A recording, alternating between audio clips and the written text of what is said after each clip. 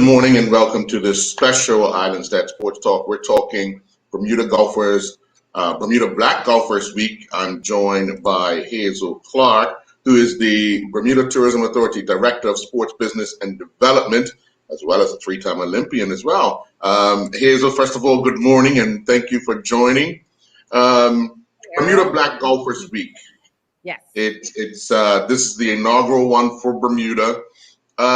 Can you just give us a brief sense of how this particular event was kind of brought to our shores? Sure. So this event was conceptualized when we were thinking through our tourism strategy and plan and about our real focus on attracting Black travelers to Bermuda. With that focus, we wanted to create some events that spoke to Black people and also gave us the opportunity to honor our legacy.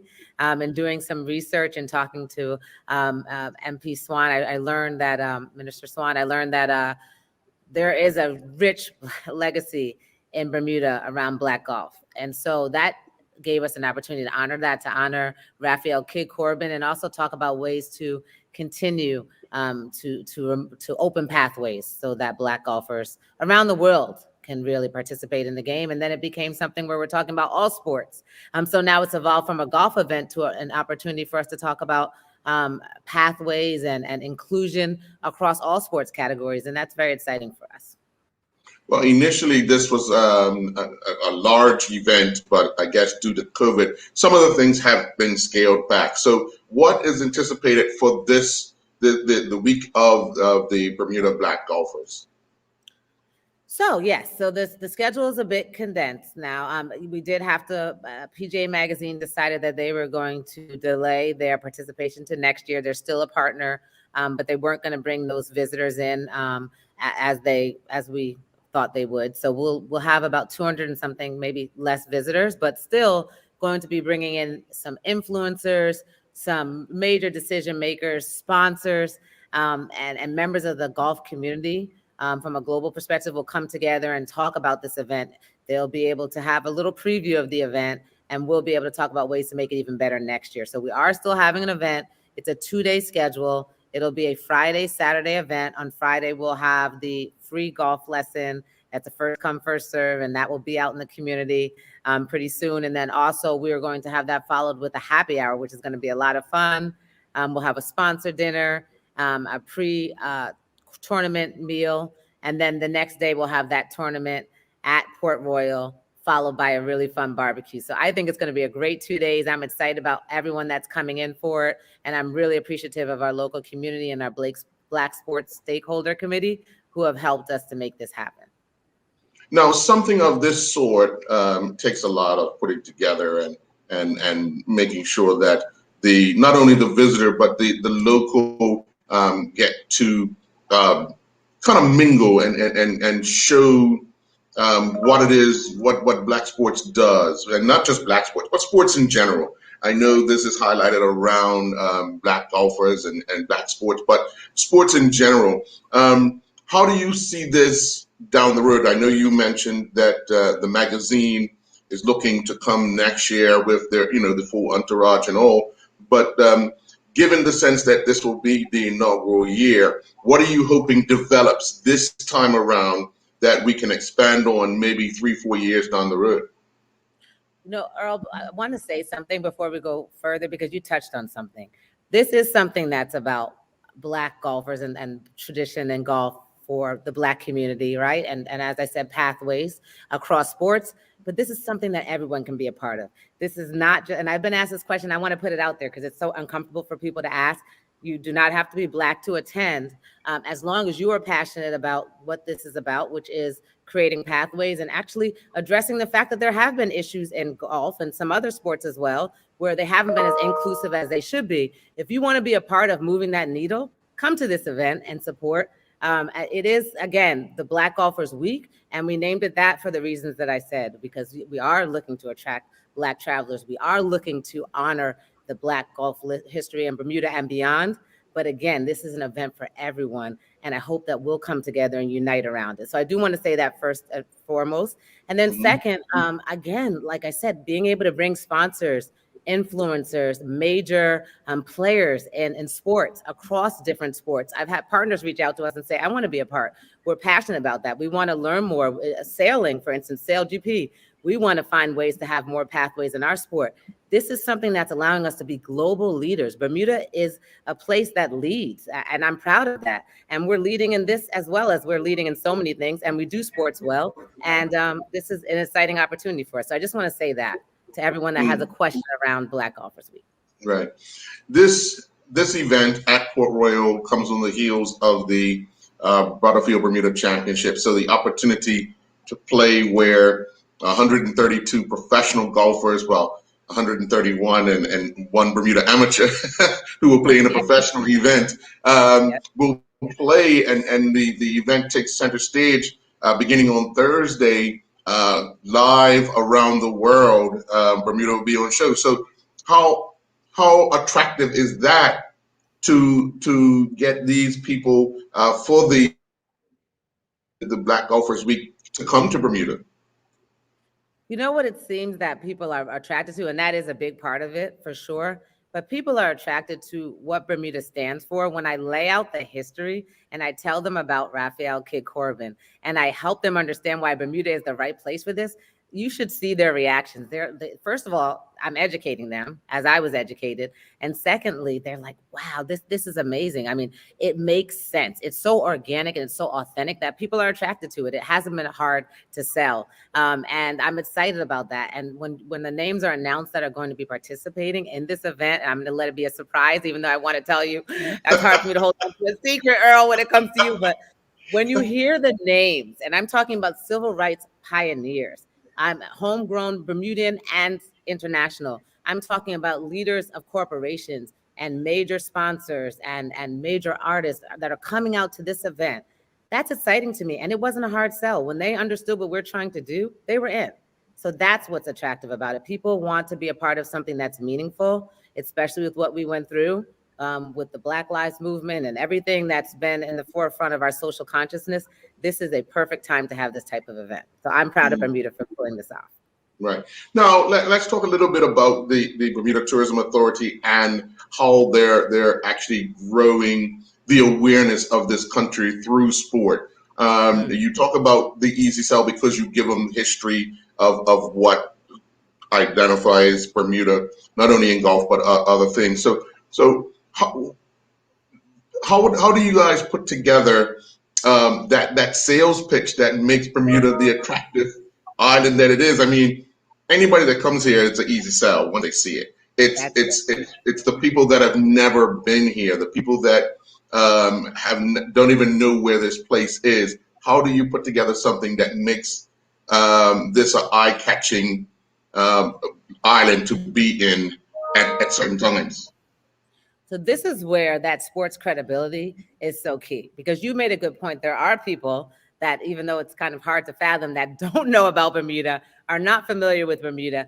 But when you start saying, well, we hosted Sail GP, have a partnership with Sail GP. We have a partnership with US Open. We have a PGA Tour event on island. People understand that those types of brands and organizations would never partner with an island that didn't have capabilities and infrastructure and the ability to deliver high level events. So from that perspective, it's undeniable that we are top tier when it comes to sports, and not just pinnacle level sports, all the way down grassroots. We can do it all. We did it during a pandemic. We did it through the worst of times. We do it through the best of times. And every time we deliver on a high level. And that's what I sit in front of people and tell them. I have participated in sports events all over the world. I've seen bad ones. I've seen good ones. I've seen good destinations. I know what a good destination is. And this is a top tier destination that I'm proud to represent.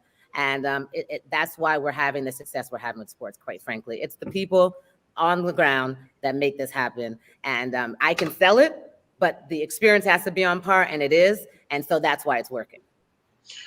Had this kind of drive, passion, and availability to rub shoulders with other athletes been around when you were an athlete? How much further along do you think, as globally, how further along do you think we would be? A lot further along. Because you understand that, Earl. This is about rubbing shoulders. This is about going through to your network and connecting with people. I go back and like I had someone and he was laughing about when I was competing, he held top world-class track meets, and now he's bringing a world-class track meet here. And the point is that you go and you lean on those relationships and you rub shoulders and you say, hey, I want to introduce you to the island and that I represent Bermuda, my new home. And it's very organic and an easy sell to some extent. So using your network is key. And I think that now with technology, it's even easier. And yeah, I wish this was around definitely when I was competing back. I feel like a dinosaur now. It's been so long. But yeah, no, I'm very, very happy to be able to do this. Yeah. So the excitement of having not only just golfers, but people that are recognizable, who are willing to stand up and come for this particular event. How does that make you as someone who is out there pounding the pavement to attract all sorts of people to Bermuda? Because obviously, yeah, you try to make sure that we have the sporting people, but it's those people that are recognized in the community, no matter what the artists, whether they be writers or anything of that nature, that someone in Bermuda recognizes, say, oh, so-and-so is coming, and I know, and I want to meet, or I want to be around this particular person. There's one particular person that's going to be announced that I reached out to personally, and I said to him, look, this is a preview event, and it's not going to be full scale. But if you came, it would mean so much to me and to the island. And he said, he didn't talk about fees or anything. He said, I'm there, Hazel. And I really felt like crying because, as you said, I mean, this person happens to be an athlete, but also someone that's globally recognized. It's so important to have those types of people come together around events like this, around concepts like this. So you hit it on the head. People get excited when these types of names are attracted to Bermuda. But for me, it's always about just more visibility for the island, more people coming together that want to make change. We have wonderful people, amazing people on this island. I say this is the island of champions. That's my thing that I mean, I am actually amazed when in every industry, not just sports, by the leaders that we have in Bermuda. I mean, this small place and what we are able to produce. So I say you're going to come here and you're going to be extremely impressed. And I'm really happy to connect impressive people with the impressive people that are here and make great things happen. Yeah. Now, when can one expect to hear some of these names of people who are coming to Bermuda? Well, it's kind of my fault because I keep adding names. Poor Zena. I keep saying, we got to add one more name to the release. And if we had a new announcement and development, so I'm maybe holding up her progress. But I know this week she's going to get something out on behalf of the BTA, just announcing some of the names and people that will be participating, and also the schedule that I touched on, so that the community can be aware of our plans and sign up if they want to be part of that golf lesson and come out to the happy hour and come watch the Raphael Kidd Corbin tournament. We want you to be a part of it. It's just going to be a really fun time. So this week you will hear something for sure. Okay. All right. And obviously the excitement is brewing for the Butterfield Bermuda Championships as well, because you guys will play a part in that as well. How are things shaping up for the BTA to host their clients, their partners, and the people that they've built relationships with over the last few years? Oh, our team has done such an amazing job. I went out there, I took some pictures, and I mean, I sent them to my friends. I said, this is no filter. This is just pure beauty. The course is beautiful with that ocean backdrop. Our hospitality looks great. I'm looking forward. I saw some of our clients. I'm at Hamilton Princess this morning, and I talked to some of our clients, PGA Magazine and Premier Golf and Callaway. And we've got so many people here right now that we're hosting that are happy to be in Bermuda. And we want to talk about business opportunities and give them a great opportunity. And just to let the community know, because this is a great question that I get.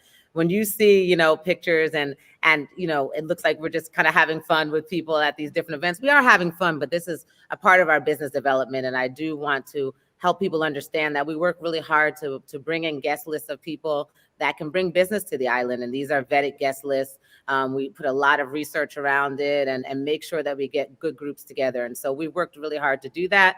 We have another strong group, and kudos to the team for all they've done hospitality-wise. Yeah, definitely. Now, will we see you with some clubs in your hand for the Black Golfers Week? Earl, I wear the outfits. That's my outfit. You go too far every time. Are you gonna come take a lesson with me? If you come take a lesson with me, then I will Well, have some golf. I'm kind of a novice when it comes to golf, but I've recently I've played. I've had two rounds with my son, who just out of the blue said, "Can we go play golf?" And it was one of those things. Okay, I've got some time. Let's go play some golf. I So love a friend of mine said, "Listen, you can easily get the bug, so take your time with it." And it's it. funny because he'll call me up and he'll say, "Oh, let's go play." And I'll say, "Okay, all right, I've got time. Okay, let's go play." So I gotta take it easy now. I'm not in the process of buying no clubs or nothing like Oh yeah. I told you I stick with the outfits, but I mean, but that. people say I look the part, but I don't know if I can play that well. I've hit a few times, but really with my schedule, it's been hard, even though I live close to Port Royal, to even get out there. But I do love the sport. I love the people. And I just think we have the greatest golf community here. And also, obviously, our courses are to die for. So, yeah. Well, I'll make you a deal that practice or that round on the Friday evening, you can hit and I'll hit, and yeah. Okay, everyone. Everyone heard that. I'm holding on to that. If he stands me up, I'm going to be tweeting about it. We have a date on Friday. We're going to be hitting together. I love it. Love it. Sure, not a problem. We could do that. Who are some of the people that are organizing the golf tournament on the Saturday? Thanks for asking that. And I need to give a shout out to Tashay, our experienced team, um, just everyone that played a part, the whole BTA team. We've all jumped in together to make this happen. It's been an all hands on deck event because this is an event that we own, that we created, that we cultivated from the ground up. And that takes a lot of facilitation and a lot of planning. So BTA is obviously highly involved in this. PGA Magazine is a partner. Next year, you're going to see that they're going to help us with a summit and a wider range, a bigger schedule for next year. So they're also involved. Port Royal is hosting the tournament. And then Bruno Events stepped in and to help us. They sponsored the Raphael Kidd Core Classic. And so I've got to give props to them and thank them for their partnership. They're also partners on American Junior Golf Association, our Junior Bermuda Championship, and the Bermuda Championship. So we have three relationships with them, and they've been very helpful. Sure, sure. Actually, let's stay with golf because you mentioned the junior championship, the one that we've been trying to get off the ground for the. What is it? It was due to be played in 2020 January, Yes, right? Yeah. yes. So have we have we had an update on that as of yet? Because I mean, there's quite a few juniors. I'm pretty sure, and their parents that are itching to get to Bermuda. Just to play golf, but to actually be in Bermuda. Yeah, I was really excited about that partnership. I went to a conference and I met American Junior Golf Association there, and we immediately hit it off, and we were able to put this event together. And I just thought it was the perfect complement to the Bermuda Championship to have a junior championship with world-class junior golfers. As you said, parents and families travel with junior golfers. We know how parents are about their children and junior golf and junior sports in general. So we knew that was going to be a great event for Bermuda. They do have two dates that they propose coming up that are not public yet, that we have been able to say work for BTA and for Bermuda. So hopefully you'll hear an announcement on that soon. And there'll be two events within 6 months of each other to make up for the two we missed. So that's our plan around that. All right. Back to the Black Golfers Week. The tournament was supposed to be over what, 3 days? It was 3-day golf. It's going to be 4 days for a 4-day event, and now it's a 2-day event. So we've condensed it. Yes. Right. Now, looking forward to how this inaugural one with your partners is shaping up. But when you start talking about the sport of golf, and you and I just made a deal to hit on the practice night on the Friday night. People that probably never ever tried the sport, what made it attractive to the BTA to want to partner with the sport of golf to make Bermuda the place that everyone wants to come? That's such a good question. And I want to start with the reason why we have the golf lesson is because we know that golf can be kind of a daunting sport. Even me as an athlete, it was one where I was like, I don't really know enough about it. I don't want to try. It's one of those sports that you almost aren't sure if you want to jump into. It's not something where you know you're on the street, you kick a ball, you go race your friends on the street.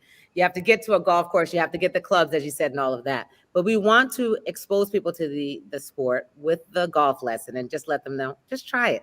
Even if you just learn a little bit about hitting balls, it's just all in fun. So that's number one. Number two, with our sports strategy, golf, tennis, the endurance category, and sailing, all those are our four core categories. And we came to those not just because we like them. We did a lot of research and data analysis to get to those four sports. Golf is the right fit for Bermuda because we have the courses, we have the infrastructure, we have the capabilities to host on a pinnacle level down. There are some sports that we just don't have the facilities to host a pinnacle levels. But in golf, we can literally host every level of golf, every type of golf. And so when it comes to that, this is the perfect place for golf. So we started at golf, and this has now evolved to something where we're going to talk about all sports and accessibility across all sports. But when I think of Bermuda, yeah, golf is a perfect fit. And I want to expose it to more golfers. And quite frankly, I think it's a great place to have a Black golf event. I thought about I don't know if you're familiar with the Black ski weekend that used to happen in Tennessee. And all these Black people would come together and ski. And it wasn't a sport that they traditionally were involved in, but it was so much fun. I kind of envision the same type of thing with this event as it gets out there. But we as a community definitely have to come out and make sure that we have a good time in this first preview year, host everyone that's on island, make sure they go back home and say, you have to be there next year, and let this thing grow from there. What about the ladies? What about the women golfers? I know we're having a PGA event that involves men. I know that this event is called Black Golfers Week, which doesn't negate anybody or color, race, whatever, or females, but we kind of have not identified an event for the women. Can we see that in the very near future? Yes, you can. And listen, trust me, that's on my radar. And you are not the only one that said, don't forget about the ladies. And I definitely won't, especially as a female athlete. But we just got to find the right fit. There are a few proposals that I looked at that weren't quite the right fit with the return and the analysis that we did on economic impact. But I think we're close to identifying a strong opportunity. And once we do, we're full steam ahead on that. So I think we're close. We have some very, very exciting proposals that we're looking at as an organization. We just have to get through the next few weeks, I think. So. All right. Yeah. Well, I know you're excited, and your team will be totally excited. But what other information do you want to share with our listeners and viewers about this particular event, the Bermuda Black Golfers Week? I think I want our listeners and viewers to first look out for the press release. In that press release, you'll have information about the 2 days of events. I want people to know that they're open to the public, although obviously we have limits. And so they will be first come, first serve. And I don't want to speak out of turn. I want to make sure that information is disseminated properly. But I hope that everyone will come out and participate, reach out if they have questions. If you see an opportunity to enhance the event, these events belong to the community, really. And I just want to remind everyone that these events don't belong to the BTA. Our team works really hard to deliver them, but we need input from all of you to make them go to the next level. And I get ideas emailed to me almost every day that are helpful to me, that help me as I'm trying to go out there and build these types of programs. So please reach out if you have any ideas, if you have any questions. As I said, I do want to say that this is an event for everyone who is passionate about, pathways, about, inclusion, about celebrating the Black golfer legacy in Bermuda and globally. And so I hope those people will be a part of it and come out. And we're always here for questions. I mean, thank you, Earl, for giving me this platform. I hope that I brought a little bit of clarity around what we're working on. And, as I said, after the announcement, if you have more questions, you know how to reach me. I'd love to be back on whenever you want me. Sure. And my final question is, how is the CEO cracking that whip on you to make sure that you... Listen, I wish he would go to sleep. Somebody tell Charles Jeffers to go to sleep because this man is up all the time. I thought I was up all the time. He's up all the time, and he's always, sending questions and ideas and suggestions and checking in. And he's really had to hit the ground running during a tumultuous time, as we all realize. And so, we're just trying to support him and make sure that he's able to do what he needs to do. And, we've also got Douglas, who is our chief sales and marketing officer, who's hit the ground running. Our whole team is, I would say, if it was track and field, I call this the drive phase. We're coming into the finish line right now. I mean, we're full speed ahead, and we can see the finish line and we see our goals, and they're very lofty. But I'm excited about our trajectory for sure. Okay. All right. Well, just to let you know, you'll be back on Wednesday morning, same time. Okay. I'm ready. All right. And obviously, we'll have more information about the Bermuda Black Golfers Week and what one can anticipate over the 2-day event that will take place the first week in November.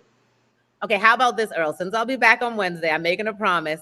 Hopefully Zena won't kill me. Wednesday, we're going to make that announcement about Black Golfers Week. I'll have the information. I can give you some names and some more background and more detail on Wednesday. That's what I'm looking forward to. So, Zena, get to work. There you go, Zena. Don't kill me, Zena. Hazel, you enjoy the rest of your day. And folks, we'll be back again on Wednesday at 10 a.m. with more information about the Bermuda Black Golfers Week. Hazel, enjoy the rest of your day. Thank you. Have a good day, everyone.